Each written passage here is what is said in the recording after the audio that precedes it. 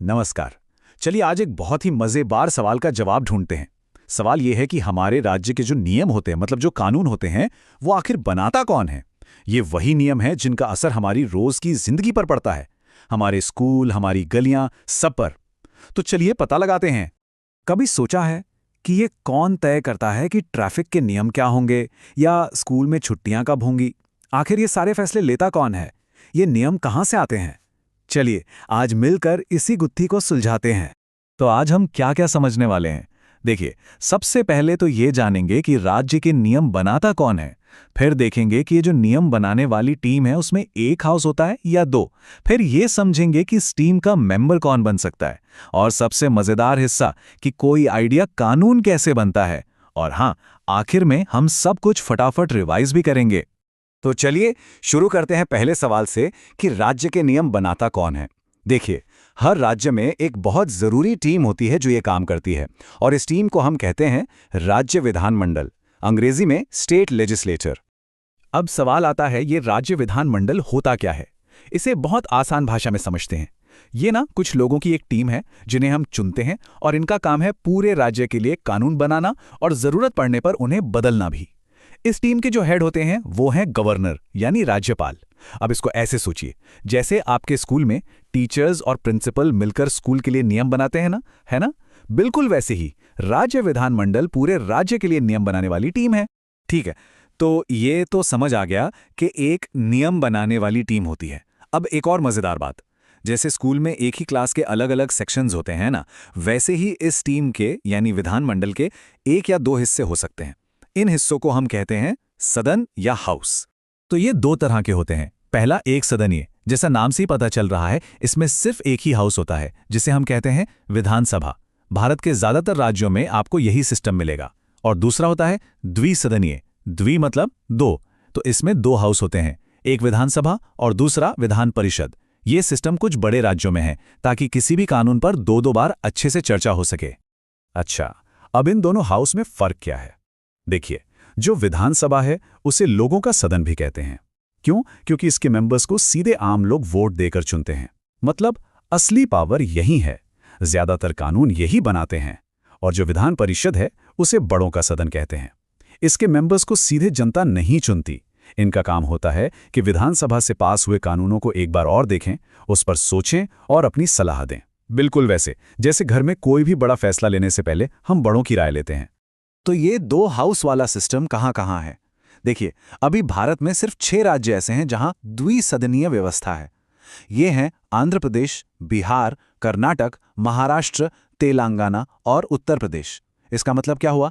यही कि ज्यादातर राज्यों में सिर्फ एक ही हाउस यानी विधानसभा है। तो अब ये सवाल उठता है कि इतनी जरूरी टीम का मेंबर कौन बन सकता है? मतलब क्या कोई भी इसका हिस्सा बन सकता है? चलिए देखते हैं कि इसके लिए क्या क्वालिफिकेशंस चाहिए होती हैं। मेंबर बनने के लिए कुछ सीधी सी शर्तें हैं, जैसे किसी भी टीम में शामिल होने के लिए होती हैं। पहली शर्त, भारत का नागरिक होना जरूरी है। दूसरी, उन्हें हमारे संविधान का सम्मान करने की शपथ लेनी होती है। और फिर बात आती है उम्र की। विधानसभा के लिए कम से कम 25 साल की उम्र होनी चाहिए और विधान परिषद के लिए कम से कम 30 साल। ये उम्र का फर्क इसलिए है, जैसा हमने पहले बात की थी, क्योंकि विधान परिषद को बड़ों का सदन माना जाता है। और एक बात और, जैसे टीम में आने के नियम हैं, वैसे ही टीम में बने रहने के भी नियम हैं। अगर कोई मेंबर कुछ गलत काम करता है या नियम तोड़ता है तो उसे टीम से हटाया भी जा सकता है, मतलब डिस्क्वालीफाई किया जा सकता है। जैसे कि वो कोई और सरकारी नौकरी नहीं कर सकता जिससे उसे कोई मुनाफा हो। अब आते हैं सबसे दिलचस्प हिस्से पर। अब हम ये समझेंगे कि कैसे एक छोटा सा आइडिया एक असली कानून में बदल जाता है, एक ऐसा कानून जिसे पूरे राज्य को मानना होता है। ये पूरा सफर बहुत मजेदार है। इस सफर की शुरुआत होती है एक बिल से। अब ये बिल क्या है? बिल मतलब किसी नए कानून का प्रपोजल, या कह लीजिए एक कच्चा ड्राफ्ट। जब कोई नया कानून बनाने का आइडिया कागज पर लिखा जाता है तो उसे बिल कहते हैं। ये अभी कानून नहीं है, सिर्फ एक सुझाव है।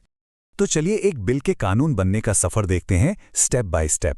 सबसे पहले बिल को किसी एक हाउस में पेश किया जाता है, फिर उस पर खूब चर्चा होती है। सारे मेंबर्स अपनी अपनी बात रखते हैं, इसके बाद होती है वोटिंग।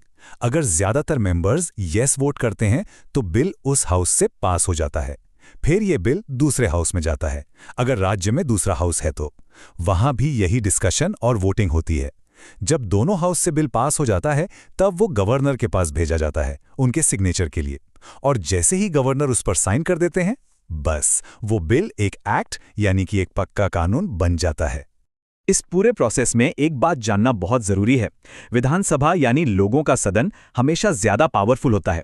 विधान परिषद किसी भी साधारण बिल को ज्यादा से ज्यादा 4 महीने के लिए ही रोक सकती है। आखिर में बात विधानसभा की ही मानी जाती है। इससे यह पता चलता है कि लोगों द्वारा चुने गए प्रतिनिधियों की आवाज सबसे मजबूत होती है। और हाँ, जब बात पैसों से जुड़े मामलों की होती है, यानी मनी बिल्स की, तो विधानसभा की पावर और भी ज्यादा होती है। विधान परिषद ऐसे बिल को सिर्फ 14 दिनों तक रोक सकती है या उस पर सुझाव दे सकती है। उसके बाद विधानसभा की मर्जी है कि वो उन सुझावों को माने या ना माने। वाह, तो हमने काफी कुछ समझ लिया है ना। चलिए अब फटाफट एक क्विक रिकैप करते हैं ताकि सारी जरूरी बातें हमें अच्छे से याद हो जाएं।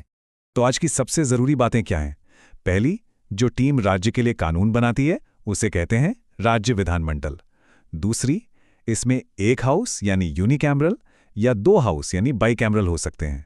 तीसरी बात, विधानसभा हमेशा ज्यादा पावरफुल होती है। चौथी, कानून के प्रस्ताव को बिल कहा जाता है।